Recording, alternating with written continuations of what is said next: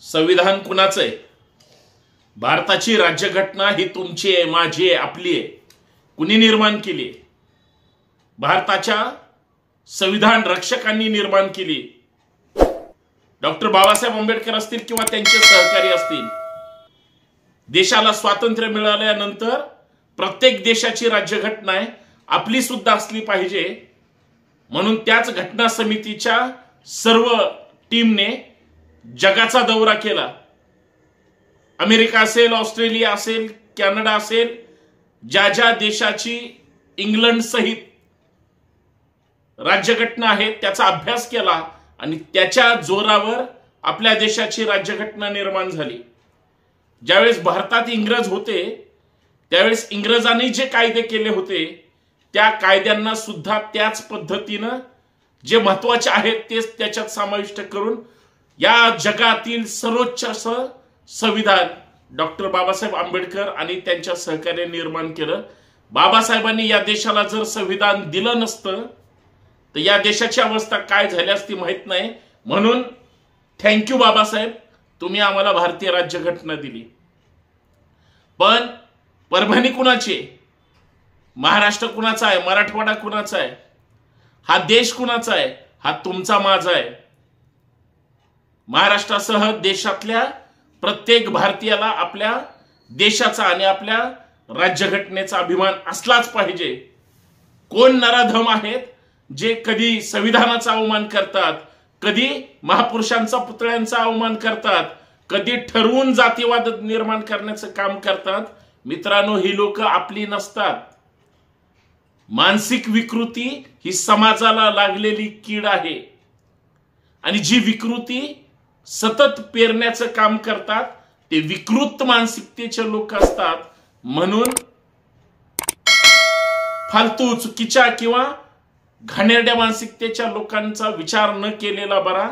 तुम्ही आम्ही सगळ्या जाती धर्माची माणसं माणूस म्हणून. आणि बाबासाहेबांनी भारतीय राज्यघटनेत पहिल्यांदाच लिहिलंय आम्ही भारताचे लोक. म्हणजे कोण? तिथं कोण खालचा वरचा, ह्या आळीचा त्या आळीचा, ह्या जातीचा त्या धर्मातला, स्पृश्य अस्पृश्य, गरीब श्रीमंत असं काही म्हटलंय का? नाही. मग का तुम्हाला आज सुद्धा भारताची राज्यघटना मान्य नाही? का सलतय तुम्हाला डोळ्यात संविधान? किंवा तुम्हाला का भारताचं संविधान बदलण्याची तुमची हिंमत होते? या आणि परभणीतल्या घटनेवर तुम्हाला आम्हाला बोललं पाहिजे. संविधान कुणाचं एकट्याचं नाही. भारताची राज्यघटना कुणाची प्रायव्हेट मालमत्ता सुद्धा नाही. भारताची राज्यघटना देशाला समर्पित केलेली आहे, प्रत्येक भारतीयांची आहे. मग ज्यावेळेस भारताची राज्यघटना धोक्यात आणायची असते, बदलण्याची भाषा होते, उद्देशिकेचे शब्द जसे बदलले जातात त्या पद्धतीनं जर देशाची लोकशाही आणि संविधान जी मानसिकता धोक्यात आणू पाहते आहे, जे सत्ताधारी आणि जे सरकार भारताची राज्यघटना बदलण्याचा प्रयत्न करतात तीच माणसं संविधान विरोधात असू शकतात. आता ते तशी मानसिकता आज हयात आहे की नाही हे तुम्हाला आम्हाला माहित आहे. प्रत्येक जणाला वाटतं 100% कायद्याचा लोकांच्या, समाजाच्या किंवा एकंदरीत सगळ्या नागरिकांच्या हितासाठी 100% लोकांना समर्पित असं कायद्याचं काम झालं पाहिजे. भारताची राज्यघटना म्हणजे या देशातल्या प्रत्येक नागरिकाचं संरक्षण कवच आहे. म्हणून बाबासाहेब धन्यवाद.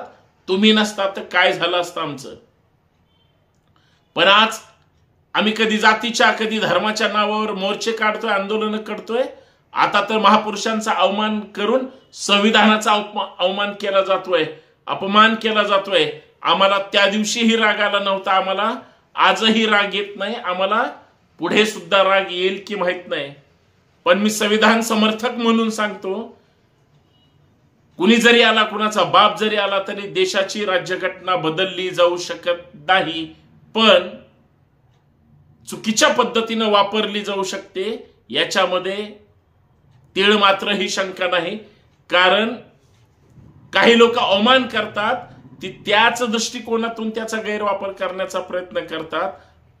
एखादी मानसिकता कशा पद्धतीची असते परभणीत आम्ही बघितलं. मी आत्ताच एक समाज माध्यमांवर व्हिडिओ पाहिला आणि मला धक्का बसला. कायद्याचे रक्षक, लोकांचे रक्षकच जर भक्षकांसारखं काम करत असतील, वाईट परिस्थिती आहे. परभणीमध्ये चर्चा आहे आणि जी चर्चा आहे त्याच्यावर आपल्याला चर्चा करायची आहे. मित्रांनो, सर्वांना सप्रेम जय जाऊ. मी संतोष शिंदे आपल्या सर्वांचं या सामाजिक विचारपीठावर मनपूर्वक हार्दिक स्वागत करतो. संविधान समर्थक या नात्याने या देशाची लोकशाही आणि संविधान तुमच्या माझ्या प्रत्येकासाठी आहे. डॉक्टर बाबासाहेब आंबेडकरांनी प्रत्येकाचा, प्रत्येक जाती धर्मातल्या माणसाचा विचार करून सुंदर अशी राज्यघटना लिहिली. आज आम्ही त्या राज्यघटनेच्या आशीर्वादाने ज्या लोकशाहीमध्ये गुण्यागोविंदाने राहतो, तिथं आम्ही जातीय आणि धार्मिक चष्म्यातून पाहण्याचा प्रयत्न करतोय. म्हणून बऱ्याच जणाला मनुस्मृती अपेक्षित वाटते. त्यांनी या देशात राहावं की नाही त्यांनी ठरवावं. मराठवाडा असेल, परभणी असेल, लातूर, नांदेड, धाराशिव किंवा तिकडे संभाजीनगर, बीड, जालना, हिंगोली, प्रत्येक जिल्हा मराठवाड्यातला, पश्चिम महाराष्ट्रातला किंवा उत्तर महाराष्ट्रातला, कोकणातला, विदर्भातला, अवघा महाराष्ट्र आपला आहे. हा देश आपला आहे. कोण व्यक्ती आहे जो वाईट नजरेनं ह्या सगळीकडे पाहतोय? मी ज्यावेळेस परभणीचा आता संविधानाचा अवमान झाला म्हणून हजारो लोक रस्त्यावर येतात, त्याच वेळेस संविधानाच्या रक्षणासाठी ती लोक बाहेर पडली असं जाणवतं. पण दुसऱ्या बाजूला हीच माणसं ज्यावेळेस घराच्या पार्किंग मध्ये गप्प उभी असलेल्या गाडीची ज्यावेळेस तोडफोड करतात, त्यावेळेस मात्र ह्या मनाला वेदना होतात. आम्ही कुठल्या कायद्याची आणि संविधानाची चर्चा करतोय जिथं आम्ही आमच्याच कुणाच्या तरी लोकांच्या गाड्या फोडतोय? ज्यांनी विकृती केली, ज्यांनी चुकीचं केलं, कायदा त्याला त्या ठिकाणी शिक्षा देईलच. आणि सगळ्यात महत्वाचं, जे अफवा पसरवतायत, सामाजिक तेढ निर्माण करण्याचं काम करतायत, ते कुणीही असू द्या, लक्षात असू द्या, त्याच कायद्यानं शासन करण्याची किंवा कायदा मोडून, कायदा हातात घेऊन किंवा कायद्याचा दुरुपयोग करून जी माणसं जगतात किंवा उच्छाद मांडतात, ते प्रत्येक माणसाला दहशतीत ठेवण्यासाठी प्रयत्न करतात. आमचा कायदा, आमचं प्रशासन तिथून पुढे कामाला लागतं की कुठल्याही माणसाला कुणाच्याही दहशतीत न राहता किंवा ठेवता त्याला स्वातंत्र्याचं आयुष्य त्याचं जगता आलं पाहिजे. म्हणून तर आम्ही स्वातंत्र्याची 75 काय 100 वर्ष, 200, 500, 1000 वर्ष साजरी करू. जे जे त्या वर्तमान काळात जिवंत असतील ते त्या सुंदर स्वातंत्र्याचं त्या ठिकाणी गुणगान गातील. आज आपण आहोत, आपण गात आहोत, मग का लोकांना त्या ठिकाणी दहशतीत ठेवलं जातंय, का दबाव आणलं जातंय? नक्कीच या देशाचं संविधान तुमच्या माझ्यासाठी आहे, पण त्याचं रक्षण करण्याची जबाबदारी सुद्धा तुमची माझी आहे. असं असून सुद्धा काय घडतंय महाराष्ट्रामध्ये, काय घडतंय मराठवाड्यामध्ये आणि काय घडतंय परभणीमध्ये? भारतीय राज्यघटनेसाठी परभणीतली लोक ज्यावेळेस रस्त्यावर उतरली, ही घटना कोणी घडवून आणली असेल, तो कुठल्याही गावचा, शहराचा किंवा कुठलाही व्यक्ती असू द्या, तो संविधानावर इतका राग व्यक्त करतोय किंवा बाबासाहेबांवर, त्यांच्या विचारांवर त्याला जर ऑब्जेक्शन असेल, समजायचं त्याचं मानसिक संतुलन बिघडलेलं आहे, घाणेरडं आहे. पण त्याच्या आडून जर कोणी उच्छाद वाढण्याचा प्रयत्न करत असतील तर ते दुर्दैव आहे. कोणी कोणाची बाजू घेऊ शकत नाही, कोणी कोणाच्या विरोधात त्या ठिकाणी बोलण्याची गरज नाही. अफवा तर अजिबात पसरवल्या नाही पाहिजे. या राज्याचं मानवरूपी पोलीस प्रशासन, कारण ज्या खाकी वर्दीमध्ये माणूस आहे त्याच्या खाकीमध्ये आणि त्याच्यावर इतकी मोठी जबाबदारी आहे. प्रत्येकाचं संरक्षण आणि प्रत्येक संरक्षणामध्ये लोकांची जागरूकता, या दोन्ही गोष्टी एकमेकांशी निगडीत आहेत. आम्ही जिवंत आहोत पण आम्ही सुरक्षित आहोत का असं लोकांना वाटायला ज्यावेळेस प्रश्न पडतो, लोकांच्या मनात प्रश्न येतो, त्यावेळेस समजून घ्यायचं की आम्ही कुठली तरी एक गोष्ट चुकीच्या पद्धतीने रेटतोय, तिथंच आपला जय पराजय आपण समजून घ्यायचं. मला एवढंच सांगायचंय की परभणी मधल्या तमाम समाज बांधवांनो, बंधू भगिनींनो, संविधानासाठी तुम्ही आम्ही आयुष्यभर लढत राहू. संविधान हे तुमचा माझा श्वास आहे. पण ज्या बाबासाहेबांनी, ज्या फुले शाहू आंबेडकरांनी, छत्रपती शिवाजी महाराजांनी या महाराष्ट्राला जे विचार दिलेत, त्या विचारांचं काय? आम्ही एका क्षणात एका भूमिकेत इतके टोकाचे होऊन जातो की उभ्या असलेल्या गाड्या फोडतो किंवा जाळपोळ करतो, माणसांना मारहाण करतो किंवा उद्रेक करतो. ही कशाची नीती आहे? हे शिकवलंय का कायद्याने आपल्याला? हे शिकवलंय का बाबासाहेबांनी त्यांच्या विचारांनी? आणि माझा हा शब्द, हे मुद्दे प्रत्येक भारतीयांसाठी आहेत, कोणा एका व्यक्तीसाठी नाहीत.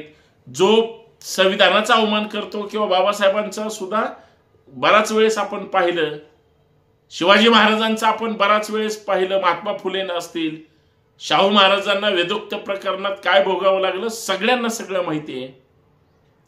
मग जाणीवपूर्वक महापुरुषांबद्दलच हे का घडतंय? तर हे कोणतरी ठरवून घडून आणतंय. ज्यावेळेस पोलिसच चालता चालता गाड्यांवर काट्या मारतात, त्यावेळेस लक्षात घ्यायचं की कोण कशा पद्धतीनं दहशत निर्माण करू पाहतंय. या सगळ्या गोष्टीचा सारासार विचार झाला पाहिजे. आणि आपण आपला महाराष्ट्र, आपण आपला मराठवाडा, कोकण, पश्चिम महाराष्ट्र, मुंबई किंवा प्रत्येक गाव शहर हे शांतच ठेवलं पाहिजे. कुणाच्याही भूलथापांना, अफवांना बळी पडलं नाही पाहिजे. कुठल्याही अफवांवर विश्वास ठेवला नाही पाहिजे. आपण सगळे एक आहोत, आपण सगळे सेफ आहोत, आपण सगळ्या जाती धर्माचा आदर करणारी माणसं आहोत. आम्ही पहिल्यापासून हे करत आलो, इथून पुढे पण करत राहू. पण जे कुणी विष पेरण्याचा आणि विष प्लांट करण्याचं काम करतील, त्यांना मात्र कायदेशीर पद्धतीने धडा शिकवल्याशिवाय शांत बसता येणार नाही. कारण पेटवणारे पेटवत जातात, पण ज्यांचं पेटतंय ना, त्याला संरक्षणाला अडवायला किंवा त्याला बळ द्यायला कुणी येत नाही. आणि जे जाळून त्या ठिकाणी रिकामे होतात किंवा निघून जातात, त्यांचं स्वतःचं काही जळत नाही, पण त्यांनी जे केलेलं कृत्य आहे ते त्याला एक वेळ खायची भ्रांत आहे. म्हणून कायदा हातात घेऊन ते चुकीचे जर कोण करणार असेल, अत्यंत दुर्दैवी आहे.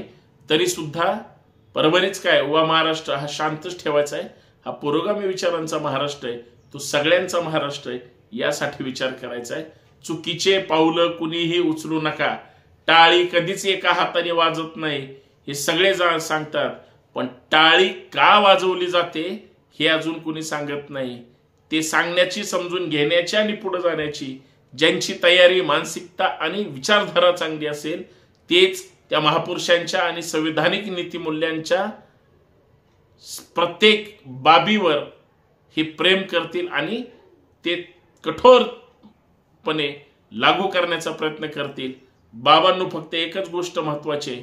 जोपर्यंत तुम्ही आम्ही आपण सगळे माणूस म्हणून एकत्र येणार नाही आणि सुरक्षित आयुष्य जगणार नाही, तोपर्यंत काळ अशाच वाईट लोकांचा असेल, ज्यांना पाठीशी कोणतरी तिकडं कुठल्या तरी बंगल्यावर बसून त्या ठिकाणी सगळ्यांना वेड्यात काढत असेल. हे विसरू नका. सुरक्षित राहा, सगळ्यांचा सन्मान करा, जाती जातीमध्ये सलोखा बाळगा. आणि कोण पेटवत असेल, कोण अपहरण करत असेल, कोण दादागिरी करत असेल, कोण खंडण्या मागत असतील, कोणी हल्ले करत असतील, कायद्याने एक ना एक दिवस त्यांना व्यवस्था झटका दिल्याशिवाय राहणार नाही. पण कोणीही बाकीच्याने कायदा हातात घेऊ नये, एवढीच माफक अपेक्षा. धन्यवाद. जय शिवराय, जय महाराष्ट्र, जय भीम.